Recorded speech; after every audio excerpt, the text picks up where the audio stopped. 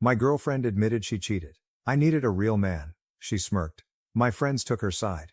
I just smiled, took my keys and left. This morning, my phone blew up with 32 missed calls. Looking back, I should have seen it coming.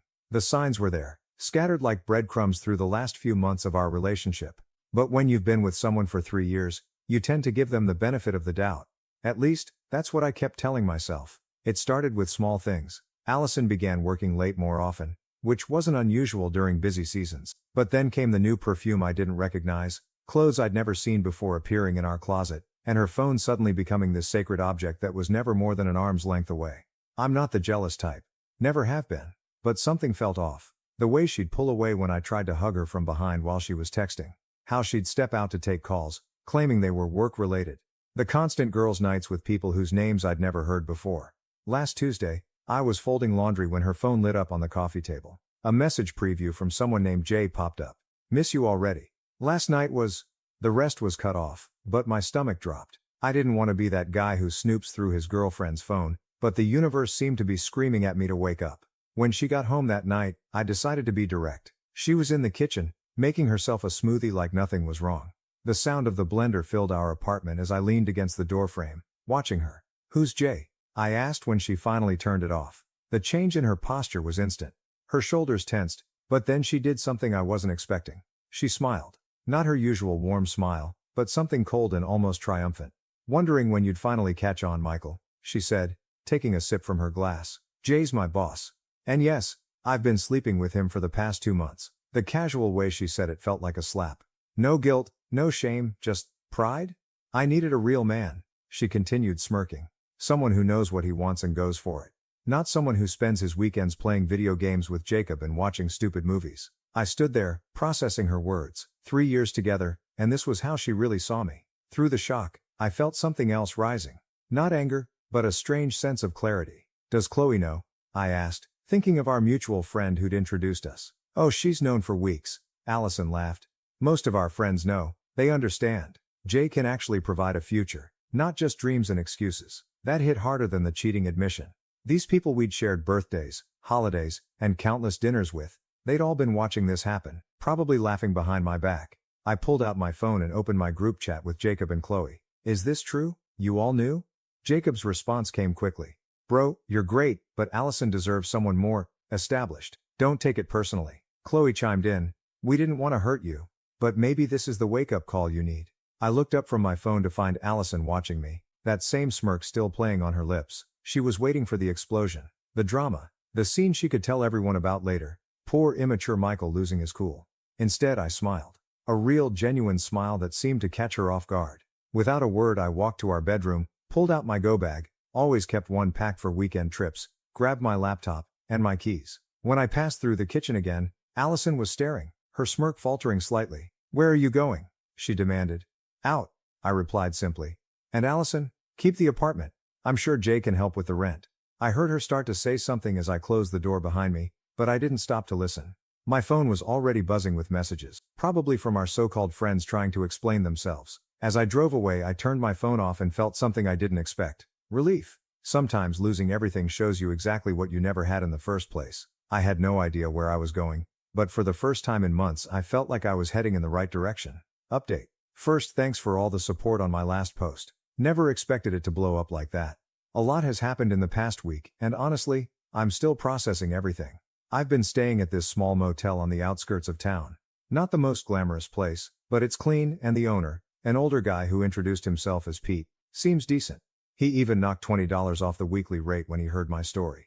Turned my phone back on after 2 days of silence. 32 missed calls, 47 text messages. Most from Allison, some from Jacob and Chloe, and a few from numbers I didn't recognize. But what really caught my attention was the notification storm from social media. Allison had been busy. Really busy. Her Instagram story painted a picture I recognized. Apparently, I was a controlling, jealous boyfriend who monitored her every move. According to her posts, I emotionally manipulated her for years, isolated her from friends, and threw a violent tantrum when she finally stood up for herself. Each post had hundreds of sympathetic comments, including ones from people I thought were my friends. The crown jewel, a tearful video where she claimed I had financially abused her by making her split all our bills 50/50 while I hoarded my money. Rich, considering she earned more than me and insisted on that arrangement herself. Then came the text from Gemma, a co-worker I've known for years. "Hey, you might want to check your email. Something's going around the office about you." Sure enough, there was a company-wide email about creating a safe workplace environment,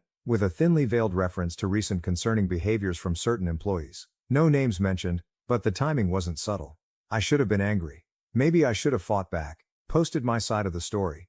Instead, I just felt curious. How far would she take this? Pretty far, as it turns out. Yesterday, I stopped by our local coffee shop, the one place I figured would be safe since Allison hated their coffee. Wrong. The barista, who'd always been friendly, gave me this look like I was something stuck to her shoe. Later found out Allison had become a regular there, sharing her survival story with anyone who'd listen. But here's where it gets interesting. While picking up some clothes from storage, I ran into Juliana, Allison's supposed best friend. She looked nervous, glancing around like she was afraid of being seen talking to me. "You need to be careful," she whispered. "Jay isn't just her boss, his wife, she's connected. Like, really connected. And Allison's been telling her you're unstable, dangerous even." "Why are you telling me this?" Juliana's eyes darted around again. "Because this isn't the first time. Before you, there was another guy at work. Allison and Jay, they did the same thing to him. He ended up leaving town. That conversation changed everything. I spent the night digging, legal records, social media, anything I could find. Turns out the previous guy existed. Mark something, disappeared completely from social media around the time Allison started at the company. This morning, I got a call from our landlord. Allison tried to remove my name from the lease, claiming I'd abandoned the property. When that didn't work, she told him I'd been threatening her. He called to warn me. Turned out his sister went through something similar years ago. But here's the real kicker. While all this was happening, I got a message request on Instagram from an account I didn't recognize. The profile picture was of a woman in her 40s, elegant, wearing expensive jewelry. The message was simple. "I believe we need to talk about my husband and your girlfriend. Coffee tomorrow?" It was signed Mrs. J. "I'm meeting her in an hour." Something tells me Allison's real man story is about to get a lot more complicated. The funny thing is, watching Allison spin this elaborate web of lies, seeing our friends choose sides based on nothing but her word, it's actually liberating. Every nasty post, every fake tear, every manipulated story just confirms what I already knew. I'm not losing anything worth keeping. Update 2. Sorry for the delayed update. These past 2 weeks have been wild. That coffee meeting with Mrs. J, game changer. Turns out she's been gathering evidence for months, not just about Allison and her husband, but about a whole pattern of behavior at the company. Remember how Juliana mentioned the guy who left town? He wasn't the first. Mrs. J had documented at least 3 similar situations over the past 5 years. Young employees getting involved with her husband, then helping to push out anyone who might expose them. The difference this time? Mrs. J was done playing quiet. She had texts, emails, expense reports, even security footage from the company parking garage. But she wanted one final piece: public exposure. That's where the annual company party came in. I wasn't planning to attend. Why would I? But Mrs. J had other ideas. Sometimes, she told me, the best revenge is just letting people show their true colors. The party was at this fancy hotel downtown. I arrived late, dressed better than I ever had for these things. The looks when I walked in, priceless. Allison nearly dropped her drink. Jay's face went from red to white so fast I thought he might pass out. But here's the beautiful part. I didn't have to do anything. Chloe approached first, clearly tipsy. "You've got some nerve showing up here," she slurred, loud enough for nearby groups to hear. "After everything you put Allison through." I just smiled. "Everything I put her through? That's interesting. Tell me more." That's when Gemma stepped in. Remember her? My coworker? Turns out she'd been quietly collecting her own evidence. Screenshots of Allison bragging about her conquest in company chat groups. Recordings of her planning how to spin the story with Jay. "Actually," Gemma announced, "I think we'd all like to hear the real story." The next hour was like watching dominoes fall. Mrs. J timing her entrance perfectly, tablet in hand. The projector that accidentally started playing a slideshow of incriminating messages and photos. Allison's increasingly desperate attempts to maintain control of her narrative. But the real show came from Jacob. Good old bros before hoes, except when the hoe might advance my career. Jacob. He'd been filming everything on his phone, planning to show it to Jay later, prove his loyalty or something. Instead, he managed to capture Allison's complete meltdown. "You think you're so clever," she screamed at me. "You and that bitter old woman, trying to ruin everything I've built. Jay loves me. We're going to have a life together." That's when Mrs. J decided to share the cherry on top. Divorce papers, already filed. Turns out Jay had been promising Allison the same future he'd promised those other employees. Same script, different actress. The best part, through all of this I barely said a word. Just watched as years of manipulation and lies unraveled in real time. Juliana, who'd been quiet all evening, finally spoke up. I helped her, she admitted, addressing the now silent room. I helped her destroy that other guy's reputation. I can't do it again. By midnight, the party was effectively over. Allison had stormed out, mascara streaking down her face. Jay was locked in his office with HR. And those friends who'd been so quick to believe her stories. They couldn't look me in the eye. As I was leaving, Mrs. J caught my arm. Thank you, she said, for being the one who didn't run. I drove home to my motel room feeling strangely peaceful. Pete was still up, watching late-night TV in the office. He took one look at my face and grinned. Good night? You could say that. This morning, my phone's been blowing up again. Different tone this time. Apologies, explanations, people claiming they never really believed Allison's stories. Even got a message from Mark, the guy who left town. Apparently, he's been following everything through mutual connections. Sometimes karma doesn't need our help, it just needs an audience. Final update. Well, this is it. The final chapter of this saga, and trust me, it's been a hell of a ride. You might want to grab some popcorn for this one. First off, the aftermath of the company party hit harder than anyone expected. Within 48 hours, both Jay and Allison were asked to resign. But that was just the beginning. Remember those documents Mrs. J had collected? Turns out there was more. Much more. Every expense report Jay had falsified to cover his business dinners with Allison. Every email where they plotted against other employees. Every manipulated performance review. She handed it all to the board of directors. The company's legal team moved fast. Really fast. They were less concerned about the affairs and more worried about the pattern of workplace harassment and financial misconduct. Both Jay and Allison are now facing civil lawsuits. But here's where it gets interesting. Remember Mark, the guy who left town? He came back. And he brought receipts, literal and figurative. Turns out he'd documented everything before he left, including the smear campaign Allison and Jay ran against him. He just hadn't known what to do with it all. Until now. Mrs. J introduced him to her lawyer. 3 days later, he filed his own lawsuit. Then something beautiful happened. Other former employees started coming forward, each with their own stories, their own evidence. What started as one scandal quickly became an avalanche. Allison tried to get ahead of it. She posted a tearful video claiming she was the real victim, manipulated by Jay and now being persecuted.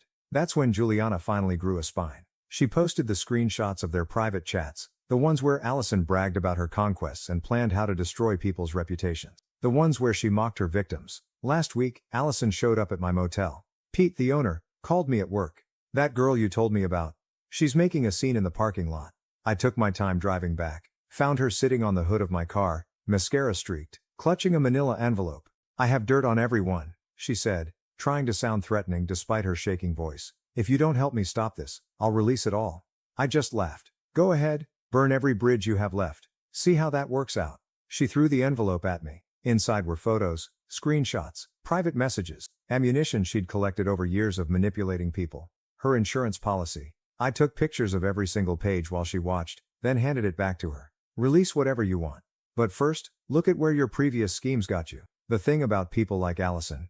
They can't stand when their weapons are turned against them. She tore up the envelope right there in the parking lot, screaming about how we'd all regret this. That tantrum? Someone recorded it. It was all over social media within hours. The final blow came yesterday.